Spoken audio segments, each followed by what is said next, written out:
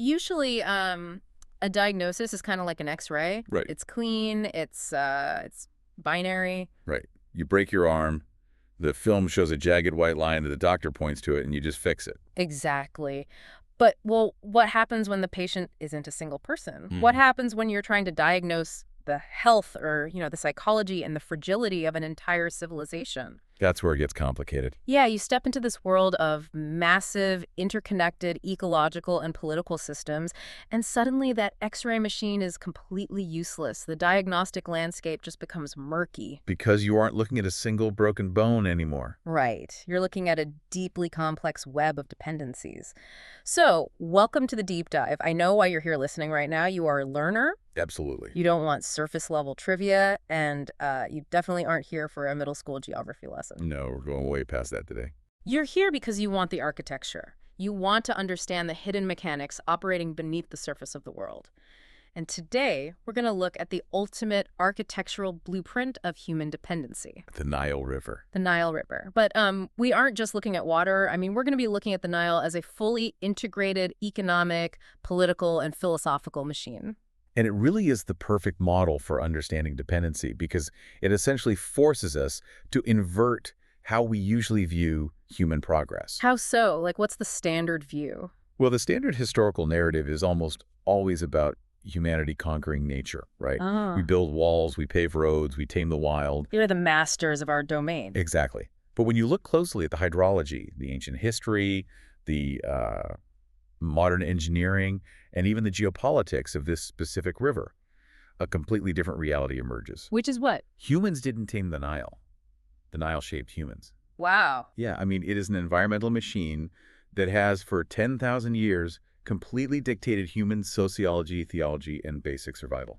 Okay, let's unpack this core paradox, because everything we're going to discuss today rests on this one bizarre contradiction. Right. The Nile provides an incredible life-sustaining stability in the middle of a completely hostile, hyper-arid desert. It is an absolute lifeline for the people there. It really is. But the very mechanisms that made it so stable historically are exactly the mechanisms that make it, well, terrifyingly fragile today. And to understand how water can basically program human psychology, we have to start with the physical constraints of the river itself. Right, because those constraints are extreme. They are almost mathematically impossible when you look at the surrounding geography. I mean, we are talking about a river stretching roughly 6,650 kilometers. Which is what, over 4,100 miles? Yeah, making it the longest, or, depending on how you measure the Amazon, maybe the second longest river system on Earth. But length isn't what dictates human development, right?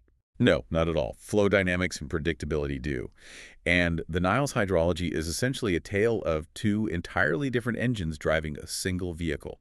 Okay, lay out the first engine for us. First, you have the White Nile. Now, this originates down in the Great Lakes region of Central Africa, primarily Lake Victoria. Got it. The White Nile is your baseline. It's fed by equatorial rains that fall relatively consistently year-round. So it provides a steady, reliable, but fairly modest flow of water. Right, so it's kind of like the engine idling. It keeps the system running, but it doesn't provide those massive civilization-building surges. Precisely. For the surge, you need the second engine, which is the Blue Nile. And where does that come from? That originates in Lake Tana in the Ethiopian highlands. And unlike the steady equatorial rains of the White Nile, the Ethiopian highlands are subject to an intense, highly seasonal monsoon. So it's not steady at all. Not at all. When that monsoon hits in the summer, the Blue Nile just absolutely erupts. It becomes this torrential force carrying massive amounts of water and, crucially, volcanic sediment down from the mountains. Oh, that sediment's going to be so important later. Huge. So these two distinct rivers, the steady white and the volatile blue, they finally merge at Khartoum in Sudan.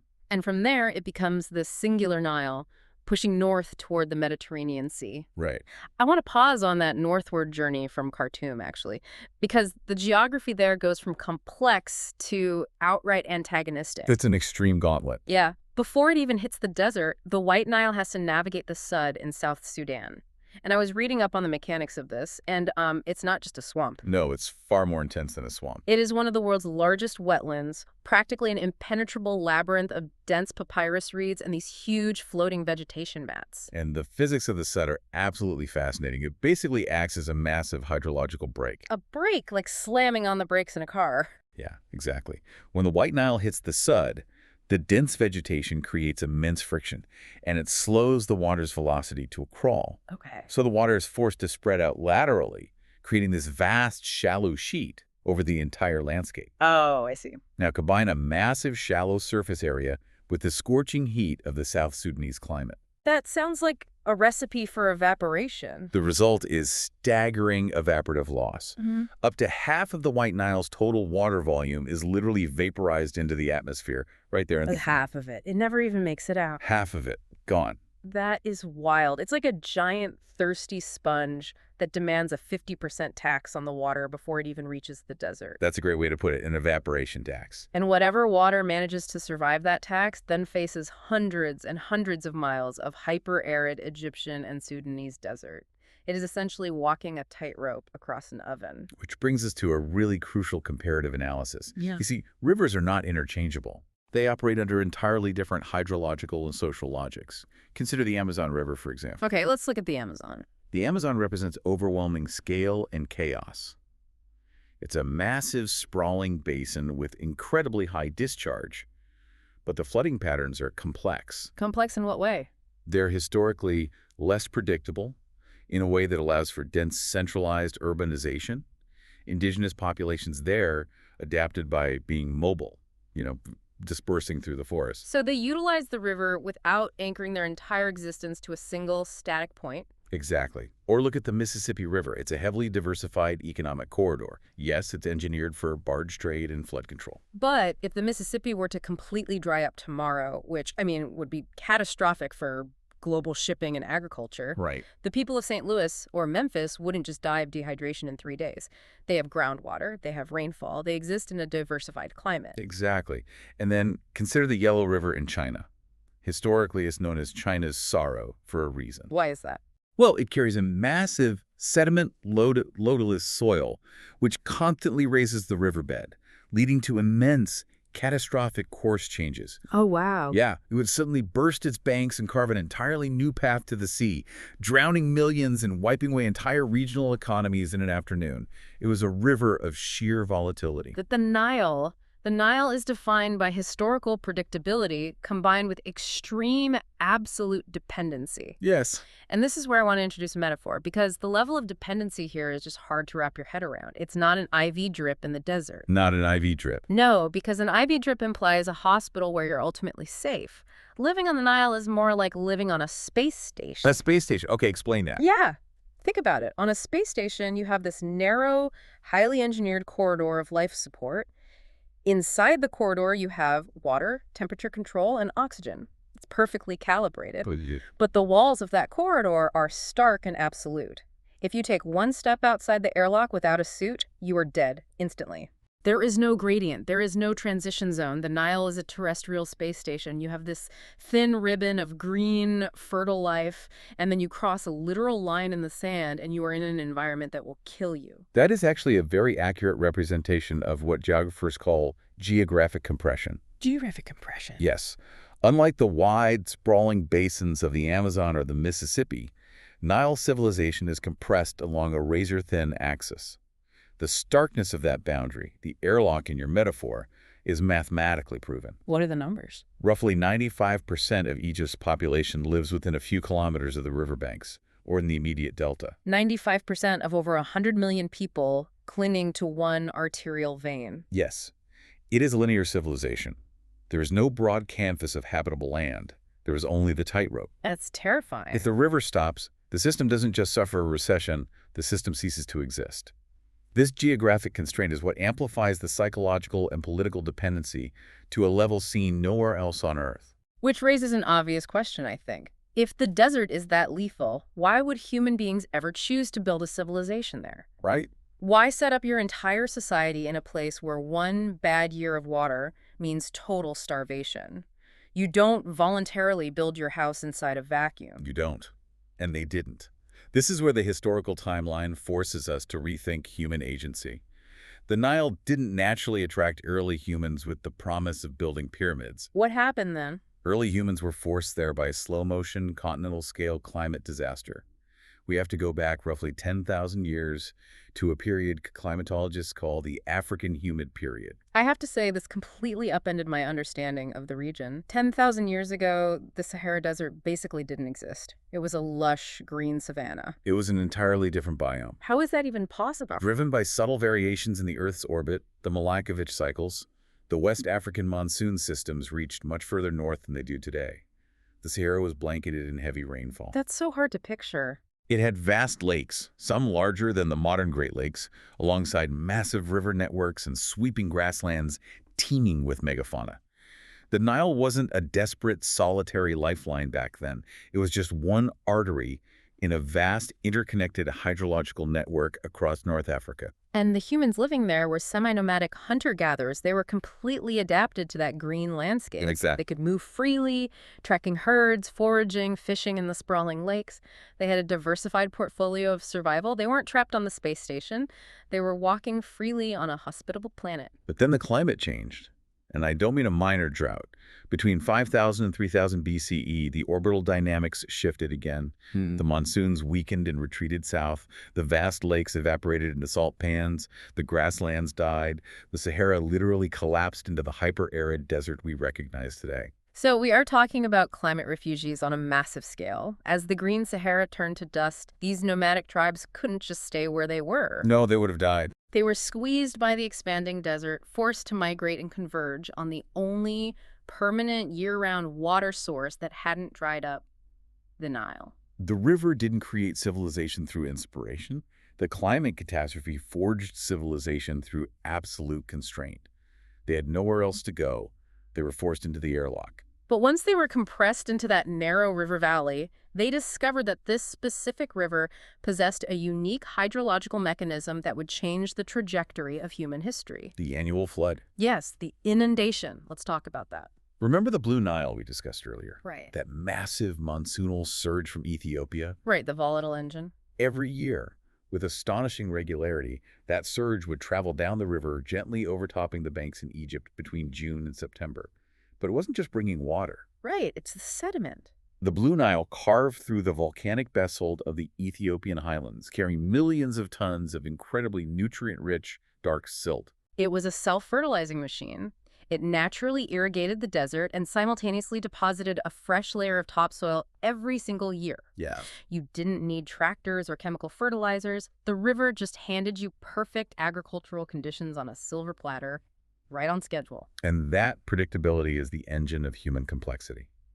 Because the flooding was geographically contained and temporally predictable, human sociology had to adapt to it. How so? Well, the ancient Egyptians didn't just passively watch the water.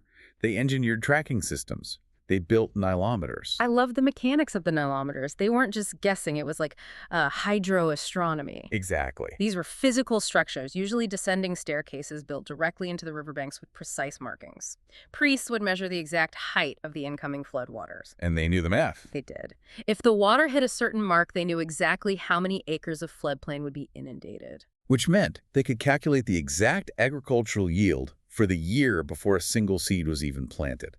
If you can calculate the yield, you can calculate the tax. Unbelievable. The nilometer was essentially the first algorithmic taxation system. It synchronized the entire economic and agricultural cycle to the river's rhythm. And when you have that level of predictability, you get surplus food. You can grow more than you need to survive the winter. And surplus food is the foundational prerequisite for everything we call civilization. Right. If a society has to spend 100% of its caloric energy just hunting and gathering enough food for the day, there's no time to invent writing or build monumental architecture or study mathematics. You're just surviving. But when the Nile's predictable flood creates massive grain surpluses, it frees up human capital. Suddenly you have a percentage of the population that doesn't have to farm. So you get specialization. You get a priestly class, a bureaucratic class, a standing army, engineers and rulers. Exactly. The pyramids aren't just monuments to pharaohs. They are massive physical manifestations of agricultural surplus generated by the Blue Nile's hydrology. But they didn't view it as hydrology, right? Here is where the psychology of dependency becomes absolutely fascinating. What's fascinating here is how they conceptualized it. Right. They didn't look at the river and say, wow, what a great geological mechanism. They elevated the physical mechanics of the river to the level of the divine. The water's schedule dictated their entire cosmic worldview. They personified the river's life-giving inundation as the god Happy. Happy. Yes. Happy was depicted as an intersex deity, representing the ultimate self-sustaining fertility and abundance of the flood. Wow. But it went far beyond worshiping a single god of water. The sheer reliability of the Nile, the fact that it arrived every year to hold back the death of the desert, was seen as tangible, physical proof of a deeper, universal truth. They called this concept MOAT. MOAT, the concept of cosmic balance, harmony, and the right functioning of the universe. Yes. MOAT wasn't just a religious idea. It was a physical reality demonstrated by the river. When the Nile flooded predictably, it meant the gods were satisfied, the pharaoh was fulfilling his divine role as the mediator, and the universe was in its correct, balanced state. And if it didn't flood? If the flood failed, which did happen occasionally, causing catastrophic famine, it wasn't just viewed as a bad crop year. It was a terrifying sign of cosmic chaos, a complete failure of MOAT itself. The psychology of that is so deeply ingrained that it literally mapped their geography of life and death. Yes. I mean, the river was a physical boundary between worlds. The east bank of the Nile, where the sun rises, was fundamentally associated with life, daily labor, renewal, and their living cities. Right. But the west bank, where the sun sets, was the domain of death, the afterlife, and eternity. That's why the Valley of the Kings, the major necropolises, and the pyramids are almost exclusively built on the west bank. They synchronize their souls to the solar and hydrological cycles. It was a state of profound, reverent surrender. They didn't try to stop the flood. They shaped their entire existence to accommodate it. They existed in harmony with a natural rhythm that was infinitely more powerful than they were. But that psychological posture, that reverent surrender, is completely gone today. Yes, it is. We don't surrender to the flood anymore. At some point, we decided we were smarter than happy. We stopped worshiping the river's natural rhythm and decided to physically dominate it. And that marks the psychological transition into the modern era. It is the exact moment when human beings traded theology for engineering. When did that really ramp up? As populations grew in the 19th and 20th centuries, the natural variability of the flood, which was manageable when the population was 3 million, became completely unacceptable when the population hit 30 million. Because you couldn't afford a single low flood year, it would mean mass starvation. Exactly. The demand for absolute control led to the defining monument of modern infrastructural hubris, the Aswan High Dam, completed in Egypt in 1970. Let's look closely at the mechanics of the Aswan High Dam, because this isn't just a wall in the water. It fundamentally rewrote the hydrological laws of Northeast Africa. It did. Before the High Dam, the British had built a smaller dam at Aswan in 1902, but it merely managed the flood. It didn't stop it. The High Dam was designed to stop the natural flooding entirely. It created Lake Nasser behind it, one of the largest artificial reservoirs in the world. And the sheer scale of Lake Nasser is staggering. It stretches over 300 miles long and holds roughly 132 cubic kilometers of water. 132 cubic kilometers. It is so massive that the immense weight of the water actually triggered localized seismic activity when it first filled. That is mind-blowing. The water was so heavy it caused earthquakes. Yes. From a purely immediate human survival standpoint, the benefits of this dam were undeniably revolutionary. Right, because by capturing the floodwaters in this massive lake, humans suddenly gained the ability to program the river. You didn't have to wait for July to plant your crops anymore. You could open the sluice gates in December or April or whenever you wanted. It enabled what they call perennial irrigation year-round, heavily controlled farming. And it completely stabilized the agricultural baseline. It eliminated the terror of the low-flood famine and the devastation of the high-flood deluge. Furthermore, the massive rush of water through the dam's turbines generated a tremendous amount of hydroelectricity. Right, providing the baseline power required to modernize and industrialize the Egyptian economy in the late 20th century. The river was effectively assassinated as a living, breathing ecosystem and resurrected as a programmable hydraulic machine. But the trade-offs, this is where the X-ray analogy comes back. The surface diagnosis looks great. More food, more electricity. But when you look at the systemic consequences of this engineering, the hidden costs are absolutely brutal. They are. Let's talk about the silt. For 10,000 years, the Blue Nile brought that rich, volcanic topsoil down to the delta. Where does it go now? It hits a concrete wall. The natural sediment flow was completely arrested. Lake Nasser acts as an incredibly efficient, gigantic silt trap. The nutrient-rich soil that built ancient civilization is now just slowly burying the bottom of a reservoir. Which triggers a terrifying chain reaction downstream. Without that annual deposit of natural fertilizer, the agricultural lands of Egypt began to degrade rapidly. The soil was being exhausted by year-round farming, with no natural replenishment. So, to compensate, the entire agricultural sector became completely addicted to artificial chemical fertilizers. That is the trap of infrastructural efficiency. You solve one problem, water storage, but you create massive downstream dependencies. Yes. Chemical fertilizers are expensive, they require industrial manufacturing, which requires energy, and crucially, they create massive ecological runoff, polluting the very water you were trying to manage. But the loss of silt created an even more existential threat at the end of the river, the destruction of the Nile Delta itself. The salinization. Yes. I really want to dig into the physics of this because the term salinization gets thrown around a lot, but the mechanism is fascinating. Is very mechanical. The Nile Delta is this massive fan-shaped area of incredibly fertile land where the river meets the Mediterranean Sea. For millennia, the sheer outward force and massive volume of the Nile's annual flood acted like a physical shield. Hydrostatic pressure. Exactly. The hydrostatic pressure of millions of tons of fresh water pushing north literally held back the salt water of the Mediterranean. It's a dynamic equilibrium.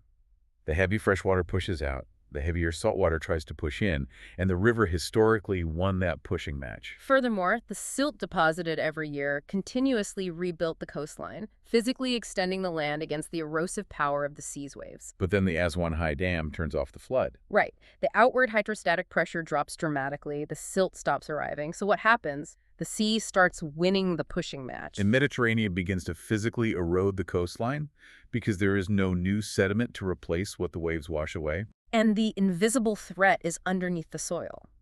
Without the heavy outward push of the freshwater flood, the salt water from the Mediterranean begins to infiltrate the porous limestone aquifers beneath the delta. Yes, through capillary action. That salt water slowly creeps upward into the root zones of the agricultural soil.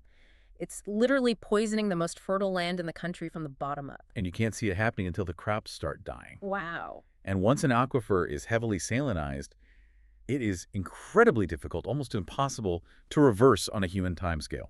By prioritizing the absolute control of water storage behind a dam, the system inadvertently triggered the slow-motion destruction of its premier agricultural zone. Okay, I hear all of this. The soil degradation, the salinization, the pollution. But I have to push back a little here on the doom and gloom narrative, because history is messy. Fair enough. Didn't the Aswan High Dam literally save Egypt from catastrophe? In the 1980s, there was a horrific multi-year drought across East Africa. It triggered devastating famines in Ethiopia and Sudan. Hundreds of thousands of people died. Yes, that is true. But Egypt didn't starve because they had Lake Nasser. They had a multi-year buffer of stored water. It seems to me like we traded chaotic, everyday natural disasters for a different kind of risk profile. I'd agree with that assessment, but we need to clearly define that new risk profile. Yeah. You are right. The dam worked exactly as designed during the 1980s drought. It provided incredible buffer capacity. But your observation points to a fundamental shift in the nature of the risk. It reminds me of the financial markets. Oh, how so? It's like taking your entire life savings and putting it into one highly optimized, algorithmically traded index fund. Okay. Because the algorithm is so good, it smooths out all the daily volatility. It generates steady, reliable returns every single day, which is great for your daily expenses. You feel totally secure. But because the algorithm is so complex and heavily leveraged, you become completely blind to the massive, invisible systemic risk building up in the background. It looks like a miracle machine. Right up until the exact moment a black swan event causes the market to glitch, the algorithm fails, and you lose absolutely everything in 3 seconds. That is a brilliant analogy because it highlights the illusion of predictability. When you engineer a natural system to this extent, you remove its innate localized adaptability and replace it with rigid, centralized control. Right. You trade high-frequency, low-impact volatility for low-frequency, catastrophic systemic risk. You're betting everything that the concrete won't crack. You are betting on the assumptions of the engineers. The Aswan High Dam and modern infrastructure generally is built using historical data. Engineers look at the past 100 years of rainfall and drought patterns calculate the maximum probable stress, and build the concrete to withstand it. But we are no longer living in the historical climate. Precisely. With accelerating climate change, the hydrological cycles are becoming hypercharged. The droughts are deeper and longer. The atmospheric rivers bring unprecedented, concentrated rainfall. So the algorithm is encountering data it was never programmed to handle. Exactly. If a drought lasts longer than the multi-year capacity of Lake Nasser, the agricultural system, which has lost its historical adaptability, will simply collapse. Terrifying. Conversely, if an unprecedented, massive deluge hits the basin and overwhelms the structural integrity of the dams, which we tragically saw recently with smaller dams in Libya, the cascading failure would unleash a wall of water that would scour the entire civilization off the map. We have maximized our control, but in doing so, we have engineered a single point of failure. We have. And as if the engineering risks weren't terrifying enough, there is a whole other layer to this. Geopolitics. Yes. Once you turn a river into a programmable machine with dams and valves, the water itself changes its identity. It is no longer just a natural resource. It becomes a manufactured commodity. And more importantly, it becomes a geopolitical weapon. Who holds the remote control to that machine? Exactly. This brings us directly into the economics and geopolitics of flow. And the core tension we have to analyze here is a fascinating structural mismatch between physics and power. Yes. Physically, water flows downstream. It responds to gravity. But geopolitically, because of modern dam technology, power is rapidly shifting upstream, defying gravity. Okay, let's explore this geopolitical reality because it is arguably one of the most tense diplomatic standoffs on the planet right now. Historically, the downstream nations Egypt and, to a lesser extent, Sudan held all the cards. They controlled almost all the recognized legal rights to the Nile's water. Yeah, I was looking at the history of these water treaties, specifically the agreements from 1929 and 1959. The 1929 Nile Waters Agreement is the foundational document of this modern conflict. Wow. It was orchestrated by the British Empire, which at the time controlled much of the basin. Right. The British were heavily invested in Egyptian cotton exports to feed their textile mills back in Manchester. Ah, of course. Follow the money. Yes, exactly. To protect that investment, the 1929 treaty essentially granted Egypt a guaranteed annual quota of water and, remarkably, gave Egypt veto power over any upstream construction projects that might alter the flow. They literally codified downstream supremacy. They legally handed the keys to the river to the nation at the very end of the line, completely ignoring the sovereign rights of the upstream nations where the water actually falls from the sky. Yes. And the 1959 agreement wasn't much better. Not at all. The 1959 agreement was essentially Egypt and newly independent Sudan splitting the entire flow of the river between themselves. Egypt got 55.5 billion cubic meters, Sudan got 18.5, and they allocated the rest to surface evaporation at Lake Nasser. Wow. The upstream nations, primarily Ethiopia, were not even invited to the table. Which is an inherently unstable diplomatic foundation. You can't build a permanent legal structure on a geographical fiction. No, you can't. Now, Egypt has historically viewed these agreements as absolute and non-negotiable because, as we established with the space station metaphor, they have no alternative.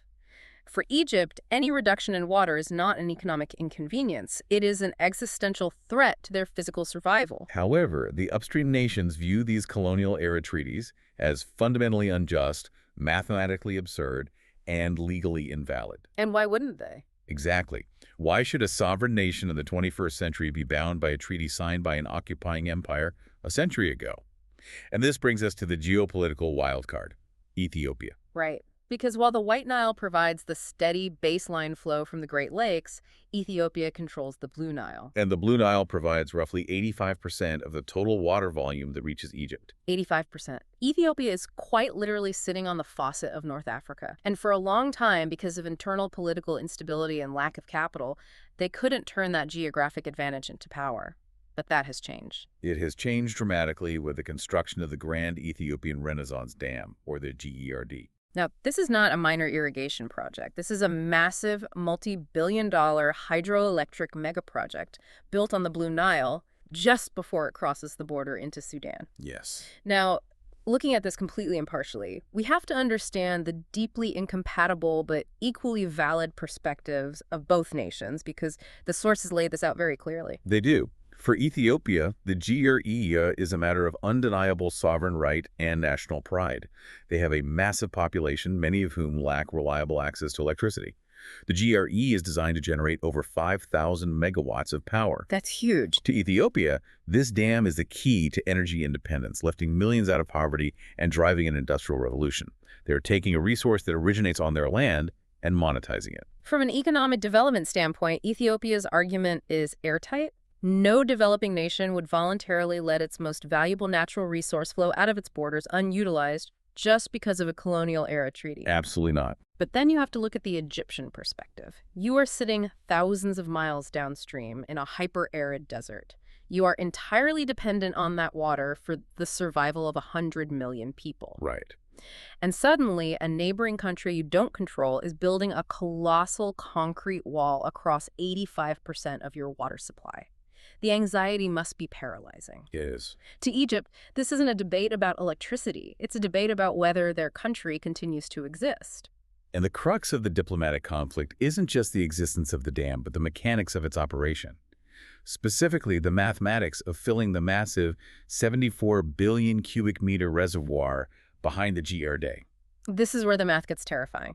If Ethiopia decides to fill that massive reservoir incredibly fast, say over 3 to 5 years, they have to hold back a massive percentage of the river's flow. Yes. That could theoretically reduce the water reaching Egypt to a trickle, devastating their agriculture.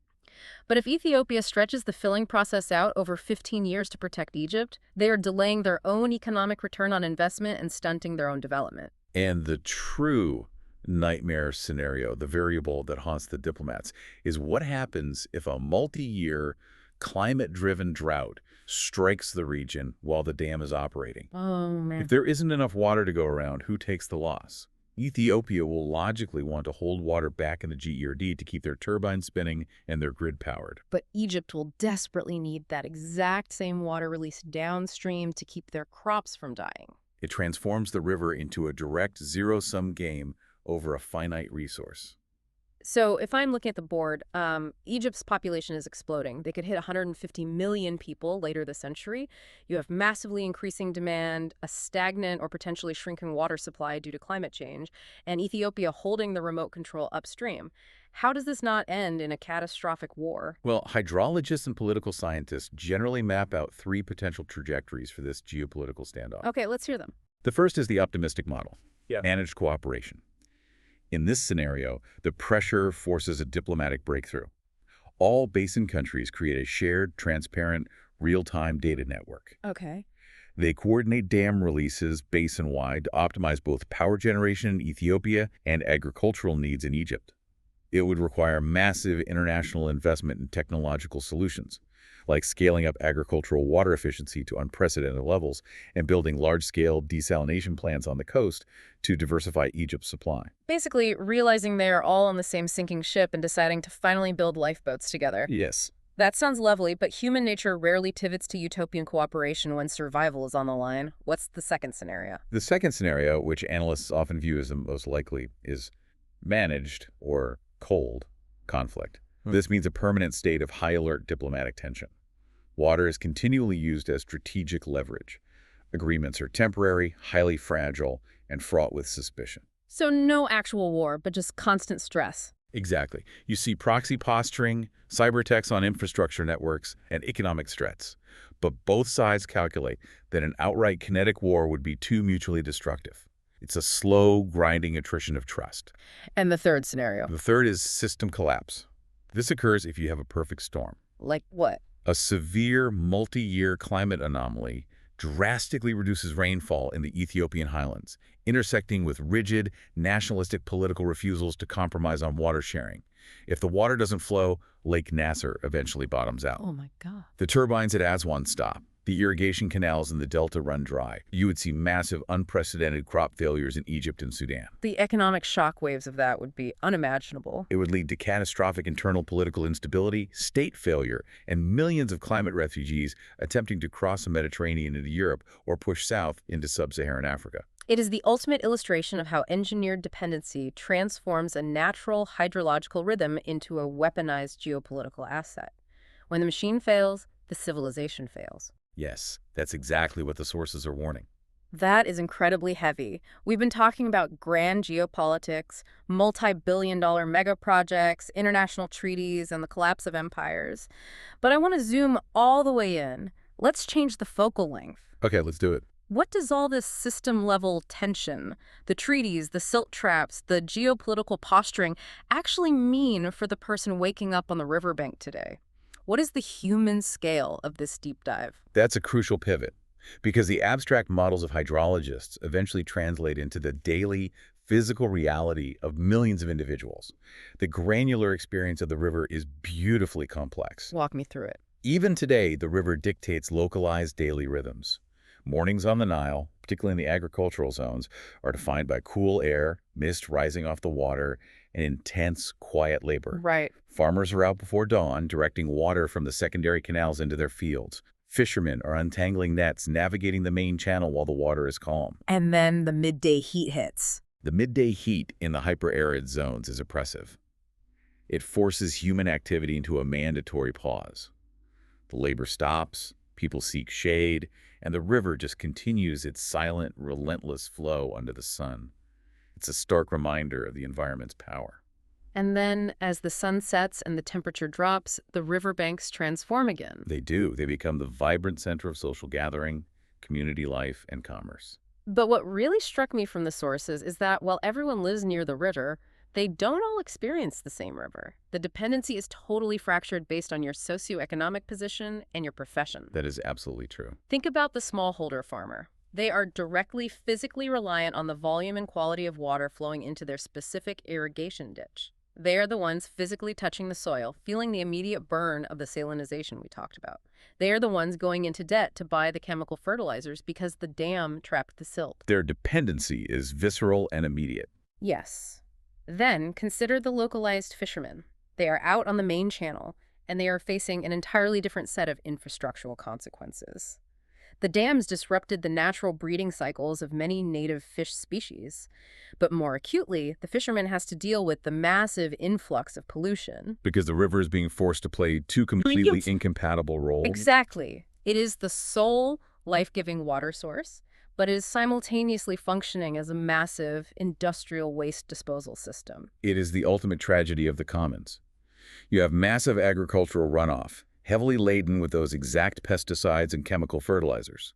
Further upstream, you have industrial and mining operations discharging heavy metals into the tributaries. You're just horrifying. And as populations explode, you have rapidly expanding informal urban settlements discharging thousands of tons of untreated or poorly treated raw sewage directly into the water. And who absorbs the cost of that pollution? Not the wealthy urbanite. Exactly. Or rather, the disparity is glaring.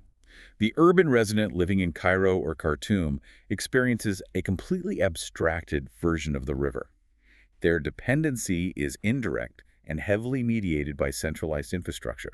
Right. They don't look at the physical flow of the river to know if they will survive the year. No, they don't smell the agricultural runoff. They simply walk into their kitchen and expect the tap to deliver purified, pressurized water. It's like we've built a massive invisible firewall between the urban population and the natural reality of their own life support system.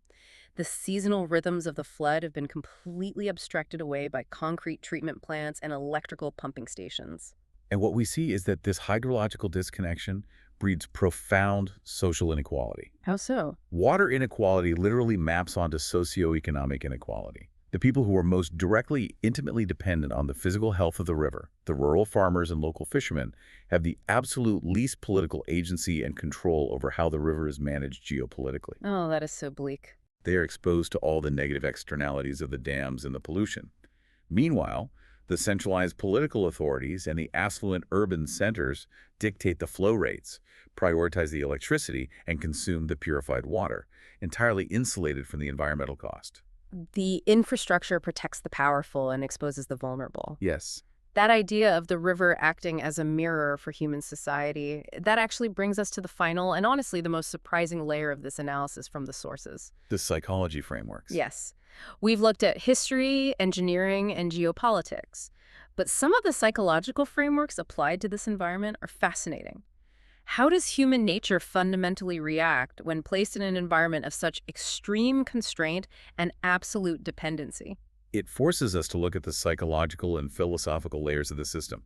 Environmental constraint acts as a pressure cooker for human behavior. To illustrate this, analysts sometimes use behavioral archetype frameworks, essentially breaking down different human coping mechanisms or subpersonalities to show how the mind attempts to process the paradox of the river's life-giving power and its lethal danger.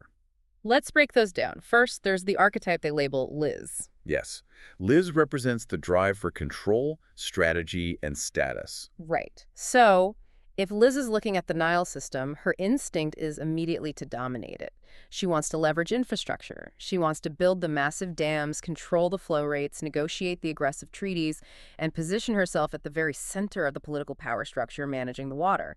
She views the river as a tool to be wielded for influence. But the framework highlights the inevitable tragedy of the Liz archetype. What's the tragedy? She dedicates her life to asserting absolute control, but the Nile teaches her that control is an illusion. She can build a dam, but she cannot control the monsoonal rains in the Ethiopian highlands. She cannot control the orbital shifts of the climate. Her lesson is that human influence is always conditional, entirely dependent on broader, chaotic, natural systems that operate far beyond our perception. And then you have the archetype of Kenny. Kenny represents logic, systems, and optimization. Kenny is the ultimate engineer. Yes, Kenny doesn't want political power. He wants mathematical perfection. Oh, I see. He wants to perfectly model the irrigation networks. He wants to use satellite data and sensor arrays to maximize every single drop of water, ensuring peak agricultural efficiency. He believes that if he can just gather enough data, he can solve the river. But Kenny hits a wall. Because a natural river system is infinitely complex, he struggles and burns out when unpredictable variables like an unprecedented climate change-driven atmospheric river or a sudden structural failure in a spillway disrupt his perfect mathematical models. The river humbles Kenny. It teaches him that uncertainty, chaos, and entropy are fundamental laws of nature. You have to integrate the unknown into your system. You cannot engineer it out of existence. Which leads to the Addy archetype. Right. Addy represents freedom, exploration, and the desire for unmediated experience. Addy wants to reject strict boundaries, to follow the flow wherever it leads, to wander. Addy is fundamentally trapped. This goes right back to the space station metaphor. The Nile is a narrow corridor surrounded by lethal desert. You cannot wander off. If you try to explore beyond the airlock, you die. Exactly. For Addy, the river is a brutally harsh teacher. Because it forces the realization that in the physical world, true freedom often has to exist within rigid, unyielding structural constraints. You can sail your boat up and down the river, but you cannot step off the boat. Finally, you have the archetypes of Devon, representing discipline and resilience, and Kelly, representing empathy and community. And they take a totally different approach. Right? Yes. These archetypes are not trying to control the river or optimize it. They are focused on enduring the harshness of the environment. They do the grueling daily labor in the fields, they maintain the local canals, and they try to support the immediate communities struggling against the elements. But the tragedy for Devon and Kelly is that their localized resilience is constantly constrained and often undone by the massive, invisible power systems above them. That's the reality of their situation. They can work hard all day, but if Liz decides to hold back the water behind a dam hundreds of miles away for geopolitical leverage, their crops still die. It is a perfect microcosm of human struggle. The Nile acts as the ultimate personality test. If you are driven by control, you try to dam it. If you are driven by logic, you try to measure it. If you are driven by freedom, you try to sail it. But the river ultimately humbles every single approach. It just quietly flows on, exposing the flaws and the hubris in how we try to cope with the world. It echoes the core paradox we established at the beginning. The more control humans claim over a natural system, the less stable that system actually becomes. It is a profound philosophical mirror. When you look at the physical life cycle of the river, its explosive birth in the highland monsoons, its long, steady, enduring flow through the harsh desert, and its final, quiet dissolution as it fans out and merges into the Mediterranean Sea, it is impossible not to see a reflection of the human experience. But the deepest philosophical insight the river offers is about the illusion of permanence. What do you mean by that? Human beings have a cognitive bias toward continuity. When we look at a river that has flowed through the desert for millions of years, or when we stand at the base of a massive concrete dam that looks as solid as a mountain, we assume permanence. We assume it will always be there, functioning exactly as it does today. But it's an illusion. The Green Sahara proves it. Completely. Hmm. What feels permanent to us is actually a highly fragile, transient state. Right. It is conditionally maintained by a very specific temporary balance of orbital mechanics, climate patterns, political treaties, and aging engineering. The Nile proves that extreme dependence on any single system creates both your incredible baseline stability and your absolute greatest vulnerability. The exact mechanism that sustains your life holds the unchecked power to destroy it. Wow. Let's try to synthesize this massive 10,000-year journey we've just been on. Sounds good. We started in the deep past, watching semi-nomadic hunter-gatherers flee a drying, dying Green Sahara to huddle in desperation around a single muddy lifeline in the desert. And we watch them elevate the predictable hydrology of that lifeline to the level of cosmic order, worshiping the inundation and structuring their entire concept of agriculture, time, and the afterlife around the rhythm of the floodwaters. We then watched modern humanity pivot away from reverent synchronization toward infrastructural domination, pouring millions of tons of concrete to build the Aswan High Dam. We traded natural, seasonal volatility for an invisible, catastrophic, systemic fragility, trapping our own silt and salinizing our own soil. We explored the tense, zero-sum geopolitics of the grand Ethiopian Renaissance Dam, witnessing how modern engineering transforms water from a shared natural rhythm into upstream leverage and downstream existential dread. We brought it all the way down to the granular sensory experience of the farmer burning in the midday sun and the urbanite blindly trusting the tap. And finally, we looked into the psychological mirror of our own desperate need for control. Through every single one of these lenses, the central, inescapable paradox remains. The system gives life through absolute stability, but it creates massive, catastrophic risk through extreme dependence. And that brings us directly back to you, the listener, because the true value of a deep dive like this isn't just memorizing facts about Northeast African hydrology. No, it's taking this architectural blueprint of dependency and applying it to your own reality. Right. Where is the Nile in your life? Exactly. What is the single system, the specific technological tool, the primary economic stream, or the core relationship that serves as your absolute, unquestioned dependency? You may have engineered it perfectly.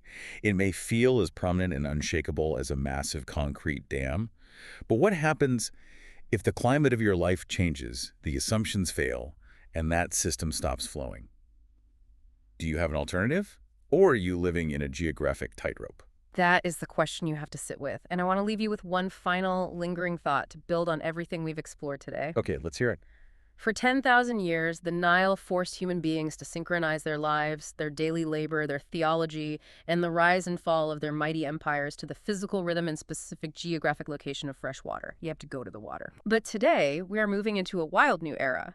Yes, we face potential climate collapse, but we're also seeing rapid, massive technological shifts in areas like hyperscale coastal desalination and atmospheric water harvesting. That's true.